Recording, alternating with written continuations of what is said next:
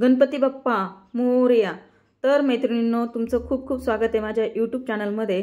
आणि आज मी बाप्पासाठी उकडीचे मोदक बनवत आहे। तर त्यासाठी मी हे साहित्य घेतले। तर इथे मी 2 हळदीचे पानं घेतलेत, 1 वाटी तांदळाचं पीठ घेतले, 1 ओल्या नारळाचा चव घेतलेला आहे करून, 4-5 काजू, 4-5 बदाम बारीक कट करून घेतलेले आहेत, 1 वाटी गूळ घेतलाय किसून, 1 चमचा खसखस घेतली आहे, इथे 10-12 काड्या केशराच्या घेतल्या आहेत, 1 जायफळ घेतलंय, तर जायफळ आपल्याला थोडंसं घालायचं आहे, आणि पाव चमचा इलायची घेतलेली आहे, आणि त्यानंतर आपण थोडंसं मीठ घालणार आहे चवीसाठी।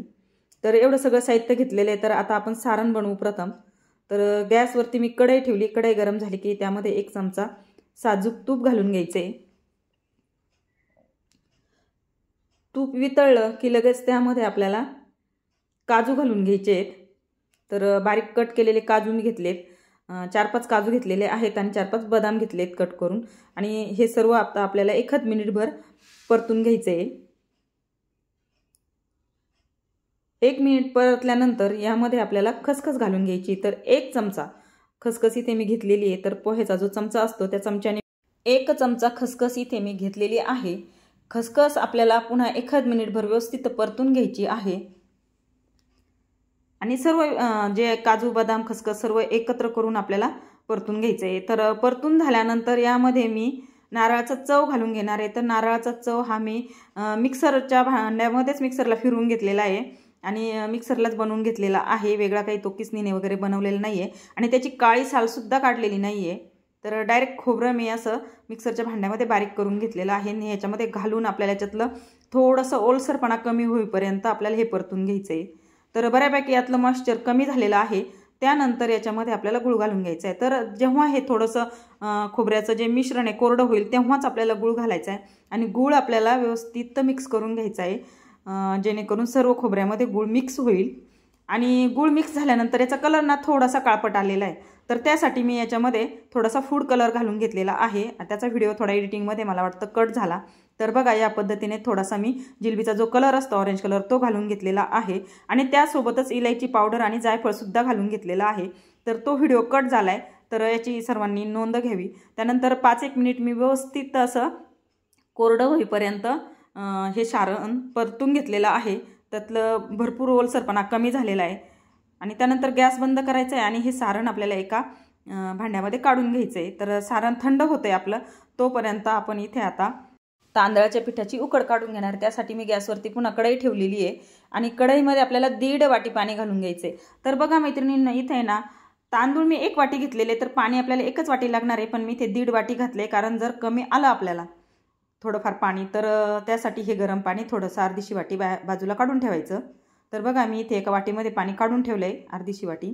त्यानंतर याच्यामध्ये आपल्याला तूप घालून घ्यायचं आहे। तर इथे 1 चमचाभर तूप घालून घेतलेलं आहे मी, आणि चवीसाठी थोडंसं अगदी पाव चमचा मीठ घालून घ्यायचं आहे, आणि आपल्याला इथे तांदळाच्या पिठाची उकड काढून घ्यायची। पाणीसुद्धा आपलं उकळलेलं आहे। तर हे सर्व आता तूप वगैरे मिक्स करून घ्यायचं आहे व्यवस्थित, आणि चांगलं उकळी आल्यानंतर थोडासा गॅस आपल्याला कमी करायचा आहे। गॅस कमी केल्यानंतर आपल्याला ह्याच्यामध्ये तांदळाचं पीठ घालून घ्यायचं आहे। तर 1 वाटी तांदळाचं पीठ इथे मी घेतलेलं आहे, आणि हे भरभर आपल्याला मिक्स करून घ्यायचं आहे अगदी पटकन। तर बघा, इथे मिक्स पण करून घेते मी आता, आणि जर आपल्याला पाण्याची आवश्यकता लागली तरच आपल्याला याच्यावरतून थोडंसं पाणी घालून घ्यायचं। तर इथे बघा, मी थोडंसं अगदी चमच्याभर पाणी थोडंसं वरतून असं शिपडून घेतलं आहे, त्याच्यावरती शिपकून घेतलं आहे म्हणजे, आणि झाकण ठेवून आपल्याला 1-5 मिनिटं ते वाफ काढून घ्यायची आहे। तर बघा, आपली ही ते उकड आता ही तयार झालेली आहे, आणि हे नंतर आपल्याला गॅसवरून खाली घेऊन एका परातीमध्ये काढून घ्यायची ही उकड सर्व, आणि गरम गरम असतानाच उकड आपल्याला मळून घ्यायची। तर सुरुवातीला हाताला चटके लागतात, त्याच्यामुळे आपण इथे वाटीने किंवा उचटणीच्या साहाय्यानेच आपल्याला ही उकड अशी मिक्स करून घ्यायची सुरुवातीला, आणि त्यानंतर हाताने आपल्याला हे मळून घ्यायचं आहे। जशी आपण चपातीची कणिक मळतो ना, अगदी तसंच आपल्याला मळून घ्यायचं आहे, पण गरम आहे म्हणून थोडंसं जरा हळू करून घ्यायचं आहे। तर या पद्धतीने अशी ही उकड व्यवस्थित मळून घ्यायची, अगदी एकजीव होईपर्यंत आपल्याला ही उकड मळून घ्यायची आहे। तर बघा, या पद्धतीने अशी एकदम आपण भाकरीचं पीठ वगैरे मळतो ना, तर अगदी त्याच पद्धतीने व्यवस्थित ही उकड मळून घ्यायची आहे। तर बघा, अशा पद्धतीने ही उकड इथे मी मळून घेतलेली. अगदी उकड मळायला मेहनत लागते बरं का. जेवढी उकड आपण मळतो तेवढे आपले मोदक छान होतात. त्यानंतर गॅसवरती मी एक इडली पात्र आहे, जे काही स्टीमर म्हणतो आपण, ते स्टीमर ठेवलेलं आहे. त्याच्यामध्ये 1 तांब्या पाणी घालून ठेवलं आहे आणि आपल्याला मोदक बनवूस तर हे पाणी मस्त गरम करून घ्यायचं आहे, उकळी येऊ द्यायची पाण्याला. त्यानंतर बघा याच्यामध्ये ठेवण्यासाठी ही चाळण आहे अशी. तर तुमच्याकडे असं भांडं नसेल तर तुम्ही कढईमध्ये केलं तरी चालेल. त्यानंतर यामध्ये मी हळदीचे पानं ठेवून घेतलेले आहेत आणि ह्याच्यावरती थोडंसं तूप लावून घ्यायचं आहे आपल्याला, म्हणजे कसं ते मोदक खाली चिकटणार नाही. तर असं तूप ही पानांना व्यवस्थित लावून घेतलेलं आहे. आणि आता आपल्याला मोदक बनवायला घ्यायची आहेत. आपलं सारणही एकदम थंड झालेलं आहे बघा. तर सारणाचे असे गोळे बनवून घ्यायचे. तर मी इथे 11 मोदक बनवते आहे, तर त्यासाठी मी असे 11 गोळे बनवून घेणार आहे. सारणही खूप छान झालेलं आहे बरं का. ह्याच प्रमाणामध्ये एकदम तुम्ही करू शकता. बघा मी 11 गोळे बनवून घेतले आणि हे सारणाचे राहिलेले मी नंतर मोदक बनवणार आहे. तर इथे मी 11 गोळे बनवून घेतलेले आहेत. त्यानंतर आता मोदक बनवायला घ्यायचं आहे आपल्याला. तर आपल्याला लिंबाच्या आकारा एवढा पिठाचा गोळा घ्यायचा आहे बघा, आणि तो हातावर व्यवस्थित मळून गोल करून घ्यायचा आहे बघा असा. हे बघा व्यवस्थित मळून घेतल्यामुळे त्याला कुठेही चिरा पडत नाही किंवा भेगा जात नाही. आणि थोडंसं हाताला पीठ लावून घ्यायचं आहे किंवा तुम्ही तुपाचं बोट लावलं तरी चालेल. त्यानंतर बघा असं मध्ये अंगठा ठेवून, दोन्ही बोटाच्या अंगठे मध्ये ठेवून आणि साईडच्या बोटाने आपल्याला ही पारी अशी बनवत जायची आहे बघा. या पद्धतीने एकसारखी सर्व बाजूनी पातळ करायची. मध्ये जर जाड असेल तर अशी बोटाने थोडीशी मध्ये सुद्धा पातळ करून घ्यायची आहे बघा. या पद्धतीने अशी पारी बनवायची आपल्याला. जर तुम्हाला अशा हाताने बनवता येत नसेल तर तुम्ही अशी लाटूनही घेऊ शकता बरं का.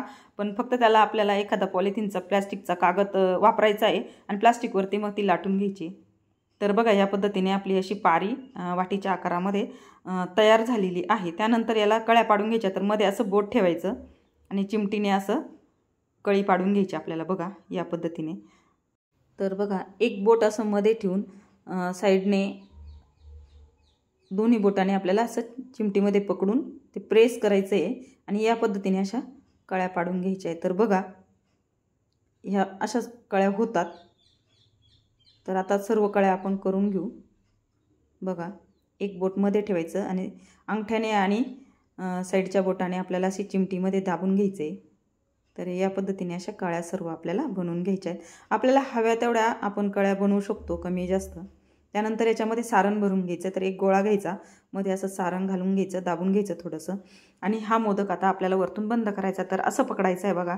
तर एका साईडला अशा थोड्या कळ्यांचा आकार देऊन घ्यायचा आहे आणि बरोबर असं वरचं तोंड एकमेकाला असं मिळवून घ्यायचं आहे आणि मोदकाचा आकार देऊन घ्यायचा आहे मस्त असा.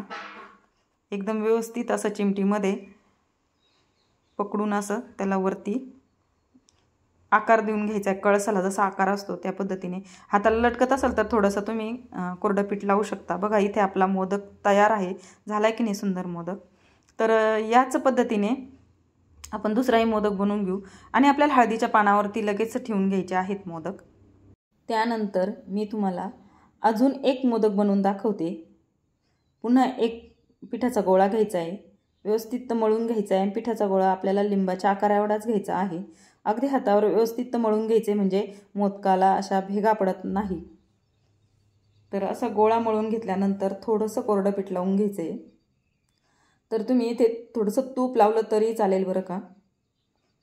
आणि असं मध्ये अंगठी ठेवून बघा असं आणि 2 बोटाने असं चिमटीमध्ये धरून असं दाबत दाबत आपल्याला पारी बनवून घ्यायची. अगदी म्हणजे आपण पुरणाच्या पोळीला जसं बनवतो ना पारी, पुरणाचं ज्यावेळेस पोळीमध्ये सारण भरतो त्यावेळेस तसं करायचं आहे. आणि एक बोट मध्ये ठेवूनच आपल्याला अशा कळ्या पाडून घ्यायच्या आहेत बघा सर्व.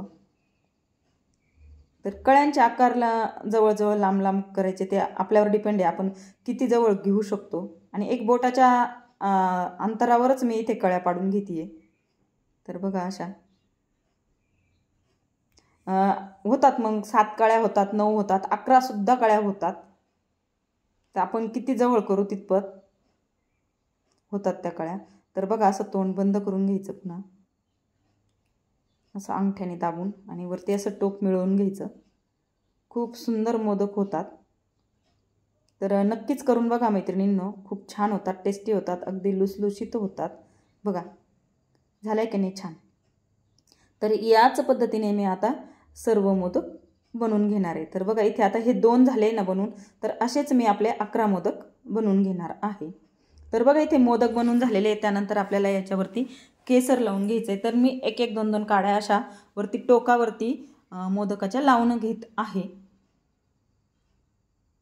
तर बघा आपल्याला 1 2 आपण लावू शकतो. तर इथे मी 2 2 काड्या लावून घेते. त्याच्याने कलरही छान येतो आणि टेस्ट तर अप्रतिमच होते. आणि केसर असेल तर घाला, नसेल तर नाही घातलं तरीही चालेल. तर बघा इथे सर्व मोदकांवरती केसर लावून झालेलं आहे. आणि त्यानंतर आता आपल्याला हे वाफवून घ्यायचे आहेत. तर बघा इथे पाण्यालाही आपल्या मस्त उकळी आलेली आहे. आणि त्यानंतर याच्यामध्ये ती जी चाळण आहे ती आपल्याला घालून घ्यायची आहे बघा अशी. आणि झाकण ठेवून आपल्याला 15 मिनिटं हे वाफवून घ्यायचं आहे. तर झाकणातून कुठेही वाफ जाणार नाही याची काळजी घ्यायची. व्यवस्थित झाकण लावायचं आणि 15 मिनिटं आपल्याला हे व्यवस्थित वाफवून घ्यायचं आहे. तर बघा इथे 15 मिनिटं झालेली आहेत. बघा खूप सुंदर आपले मोदक झालेले आहेत, अगदी मऊ लुसलुशीत. बघा किती छान झालेत की नाही छान. त्यानंतर आता आपल्याला ही जाळी काढून घ्यायची याच्यामधनं आणि थोडेसे थंड होऊ द्यायचे. आणि त्यानंतर एका डिशमध्ये घालून घेऊन आपण बाप्पाला याचा नैवेद्य देणार आहोत. तर बघा अगदी उचलल्याने हाताला अगदी मऊ लुसलुशीत लागतात. तर खूपच सुंदर टेस्टी असे मोदक तुम्हाला कसे वाटले मला कमेंटमध्ये सांगा. आणि आवडले असेल तर नक्कीच करून बघा आणि नंतर मला कमेंट करा कसे झाले म्हणून मोदक. तर असेच नवनवीन व्हिडिओ पाहण्यासाठी आपल्या चॅनलला नक्कीच सबस्क्राईब करा जर तुम्ही सबस्क्राईब केलं नसेल तर. आणि आपल्या चॅनलवरती असेच नवनवीन पारंपरिक रेसिपीज असतात. तर नक्कीच सबस्क्राईब करा. व्हिडिओ आवडला तर व्हिडिओला लाईक करा, शेअर करा. आपल्या चॅनलवरती नवीन असाल तर नक्कीच चॅनलला पुन्हा सांगते सबस्क्राईब करा. व्हिडिओ पूर्ण पाहिल्याबद्दल सर्वांचे मनापासून खूप खूप धन्यवाद. गणपती बाप्पा मोरया.